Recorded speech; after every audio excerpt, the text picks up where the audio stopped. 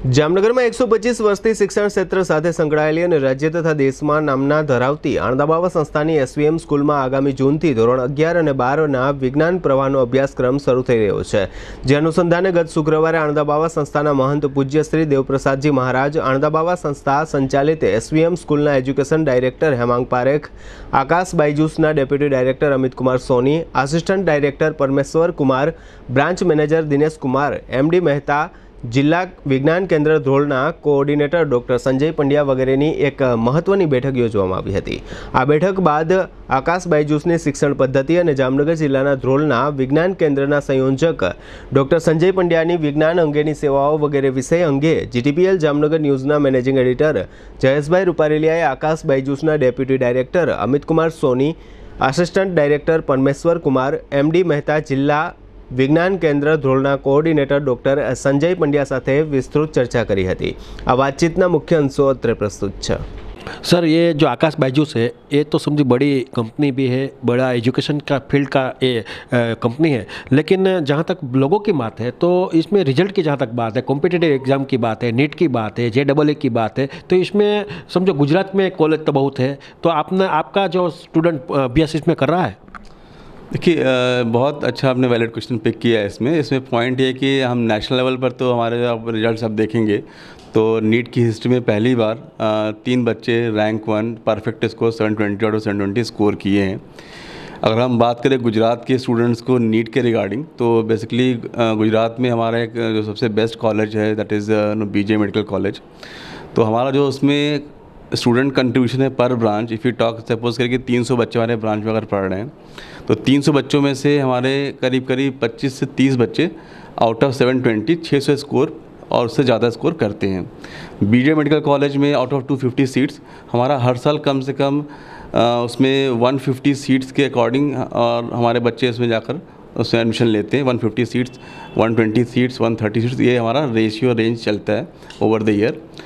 और हम बात करें जामनगर स्पेसिफिक स्टूडेंट्स का, बिकॉज जामनगर के स्टूडेंट्स का हम अगर BJ मेडिकल कॉलेज में सब अब 250 में 150 120 कंट्रीब्यूट कर रहे हैं एवरी ईयर, सो इसका जिसका कट ऑफ 640 या उससे ज़्यादा कभी रहता है, तो MP शाह का तो कट ऑफ 550 530 520 इस रेंज में रहता है। तो वी कैन इमेजिन कि इस तरह से जो हमारी एकेडमिक सर्विसेज है वी कैन डेफिनेटली फिल की 250 में से हमारी 200 सीट्स हम अपने बच्चों को उसमें फिल करा सकते हैं, और उसमें हमारी टीम बहुत कॉन्फिडेंट है और हमारी एकेडमिक सिस्टम बहुत ही उसके लिए सब सुटेबल है and we can definitely fill it. Sir, JEE की जहाँ तक बात है, इसमें एडवांस और सामान्य, इसमें क्या फ़र्क क्या रहता है?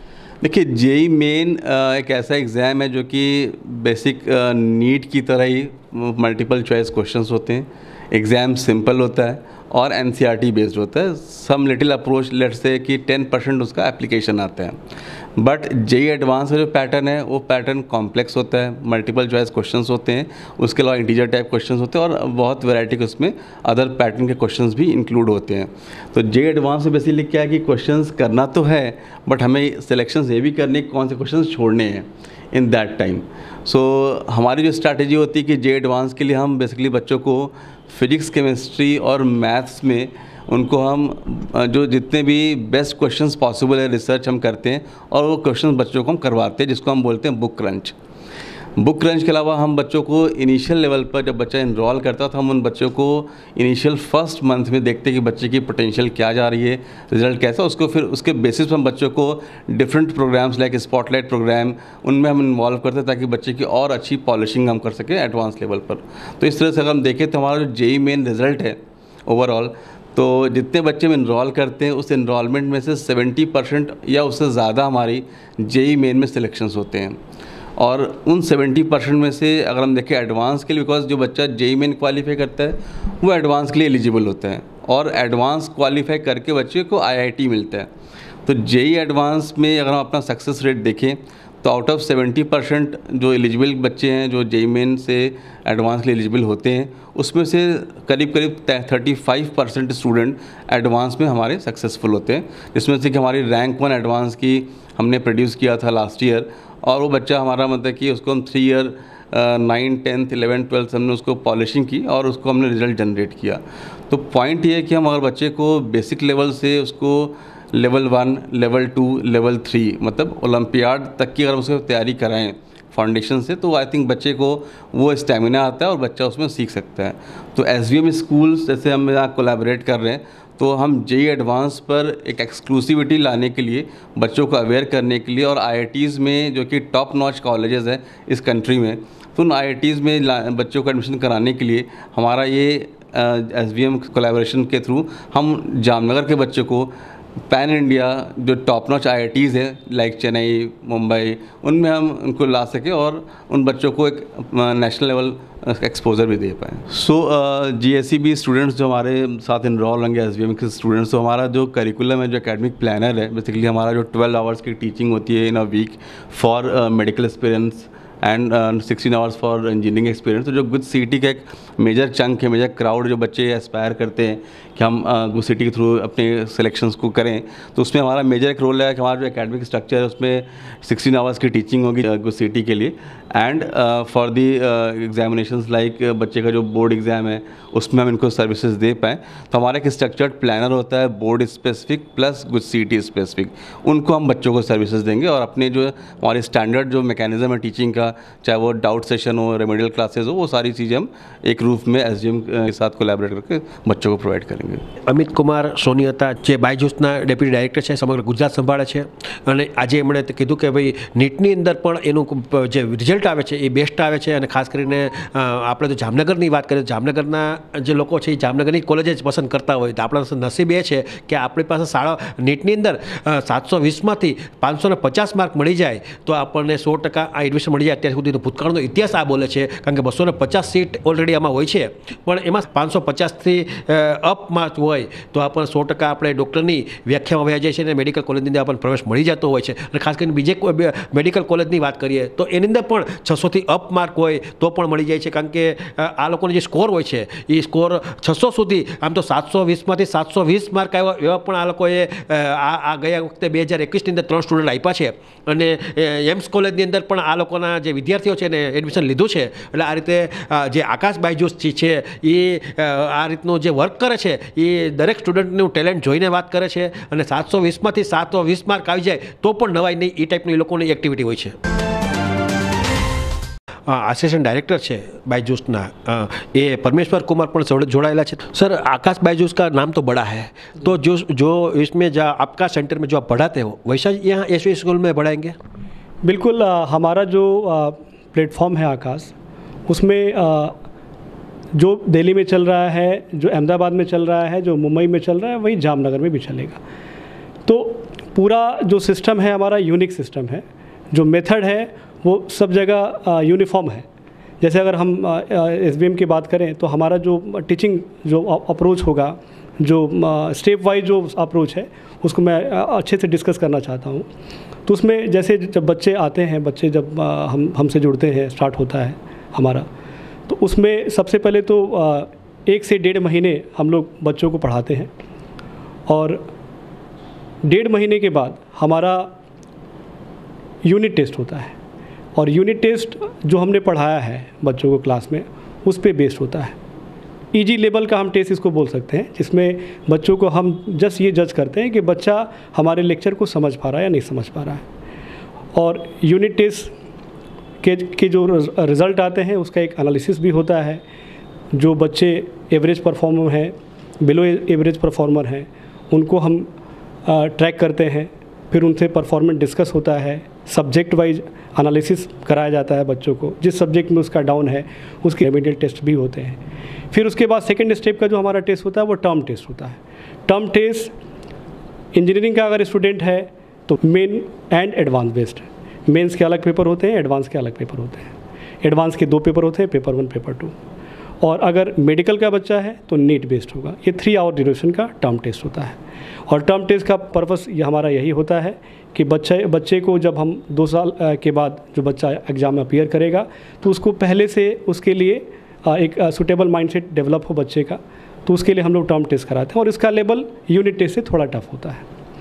उसके बाद हमारा नेक्स्ट लेवल का जो टेस्ट होता है ऑल इंडिया आकाश टेस्ट सीरीज है, और ये मोस्ट अवेटिंग टेस्ट बच्चों के लिए होता है, क्योंकि ये जो टेस्ट होता है ये नेशनल लेवल पे ये जो टेस्ट होते हैं, सारे बच्चे वो सेम डे सेम टाइम पे टेस्ट देते हैं।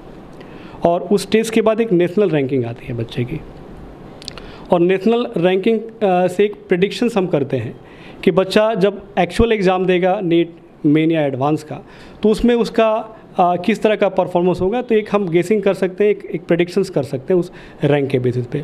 अगर 2 साल पहले हमने प्रेडिक्शंस किया है तो हमारे पास बहुत टाइम है कि 2 साल में अगर कुछ चीज़ें बच्चे के एंड से अगर उसको इम्प्रूव करना है तो वो भी हम उसमें एडअप कर सकते हैं और बच्चे को बता सकते हैं कि बेटा आपका ये वाला पोर्शन आपको अच्छे से इम्प्रूव करना है। और इस तरीके से हमारा वर्क होता है। बीच में बहुत सारे PTMs होते हैं, कुछ कॉमन PTMs हम करते हैं। 3 to 4 कॉमन PTMs होता है। 1-to-1 इंटरेक्शन हर फोर्टनाइटली होगा। 1-to-1 इंटरेक्शन का मतलब है कि बच्चे और पेरेंट साथ में आएंगे, टीचर उनसे बात करेंगे, बच्चे का पूरा रिपोर्ट उनको दिया जाएगा पेरेंट्स को, और डिस्कस किया जाएगा। पेरेंट के कंसर्न सुने जाएंगे कि कहाँ उसको डिफ़िकल्टी हो रही है, चीज़ें उसको कैसी लग रही हैं, हम और क्या बेहतर कर सकते हैं उनके लिए। तो वो सारा चीज़ हम पेरेंट्स से भी लेते हैं, और बच्चे को और क्या इम्प्रूव करना है और पेरेंट्स को कैसे ट्रैक करना है, ये भी हम पेरेंट्स को गाइड करते हैं। क्योंकि बहुत बार ऐसा होता है कि एक गैप होता है बच्चे और पेरेंट के बीच में, ऑल्दो बच्चा पेरेंट के साथ ही रहता है, बट बहुत सारी ऐसी चीज़ें होती हैं कि बच्चा जो यहाँ पे चीज़ें चल रही हैं उसको क्लियरली नहीं एक्सप्लेन करता है अपने घर पे। तो जब हम हमारे साथ बैठता है तो बहुत सारी चीज़ें पेरेंट्स को पता चलती हैं कि अच्छा ये सब चीज़ें हो रही हैं यहाँ पे, जो कि बच्चे ने नहीं बताया उनको। तो जब हमसे बात करते हैं तो उनको इन सारी चीज़ों का आइडिया होता है, और बच्चा भी इन सब चीज़ों को समझता है, क्योंकि पेरेंट्स भी बाद में उसको ट्रैक करते हैं उस तरीके से, और हमें फोर्टनाइटली मीट करते हैं। तो उससे एक बहुत हेल्प मिलता है बच्चे को। तो जो माहौल हम लोग यहाँ पे दे रहे हैं, और जो हमारी कोशिश है SVM के साथ, उसमें हमको लगता है कि हम आगे आने वाले टाइम में ये जो टाई अप है एक सक्सेसफुल टाई अप होगा, और अच्छा हमारा एक एक्सपेक्टेशन है, और हमको लगता है कि हम बहुत अच्छा कर पाएंगे यहाँ पे। और दूसरा एक सबसे जो मेन है, जो एडवांस की बात करें तो एडवांस के प्रिपरेशन करने वाले अगर बात यहाँ पे जामनगर में बात करें तो बहुत कम प्लेयर हैं।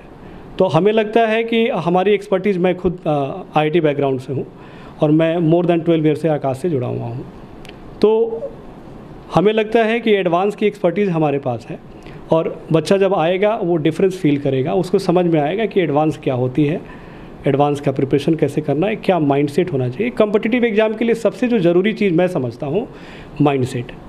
एक बच्चा स्कूल वाला माइंडसेट के साथ होता है और दूसरा बच्चा कॉम्पिटिटिव माइंडसेट के साथ होता है। दोनों में सबसे बड़ा डिफरेंस क्या है कि जो स्कूल माइंडसेट वाला बच्चा है वो सिंपल चीज़ों को थ्योरी पढ़ लिया और एग्ज़ाम के जस्ट पहले उसने 1 हफ्ते पहले प्रिपरेशन किया और थोड़ा बहुत एग्ज़ाम में कर लेता है। जो कॉम्पिटिटिव माइंडसेट का बच्चा होता है वो कहीं ना कहीं डिस्कवरी नेचर वाला होता है। उसके अंदर वो चीज़ होता है कि हमें कुछ ना कुछ एक्सप्लोर करना है, चीज़ों को अपने लेवल पे हैंडल करना है, सीखना है टीचर से। तो मैं समझता हूँ कि वही बच्चा सक्सेसफुल होता है जो टीचर्स को आइडियली फॉलो करता है, क्योंकि हम जो भी टीचर्स यहाँ पे पढ़ाएंगे they all are expert in their field, जो भी सब्जेक्ट वो ले रहे हैं।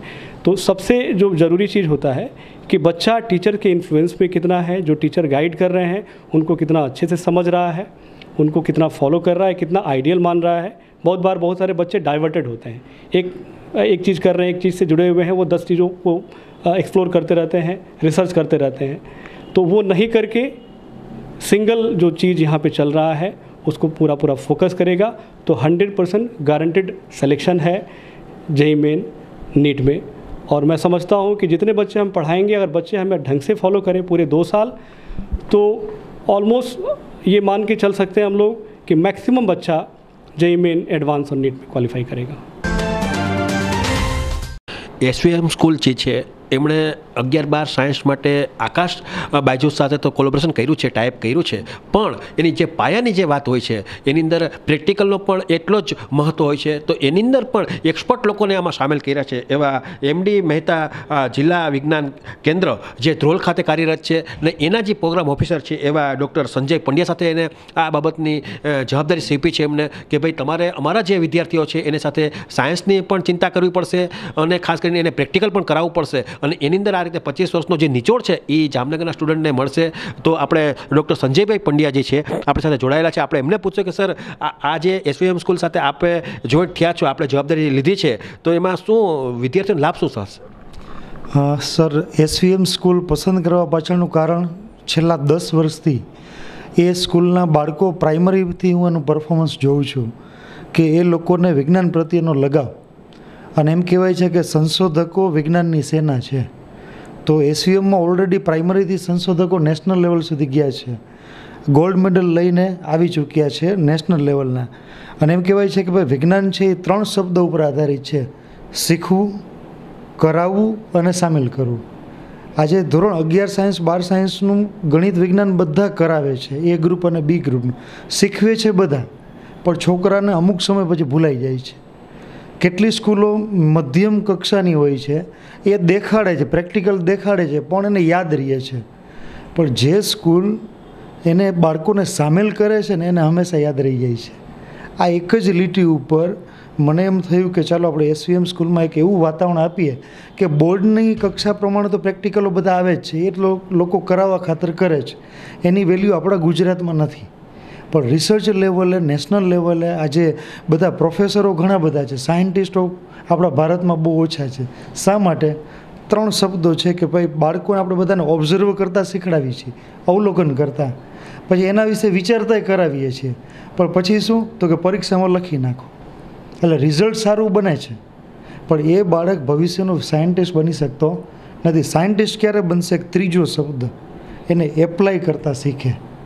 આજે એને પંખો નહીં, હવા ખાતા આવડે છે, પણ પંખાની અંદરનું મિકેનિઝમની ખબર નથી. તો SVM સ્કૂલ થકી અમે જે લેબ ઊભી કરી છે, ફિઝિક્સ, કેમેસ્ટ્રી, બાયોલોજી લેબ, અને હજી એક ચોથી લેબનું તમને આશ્ચર્ય થશે, સ્ટેમ લેબ.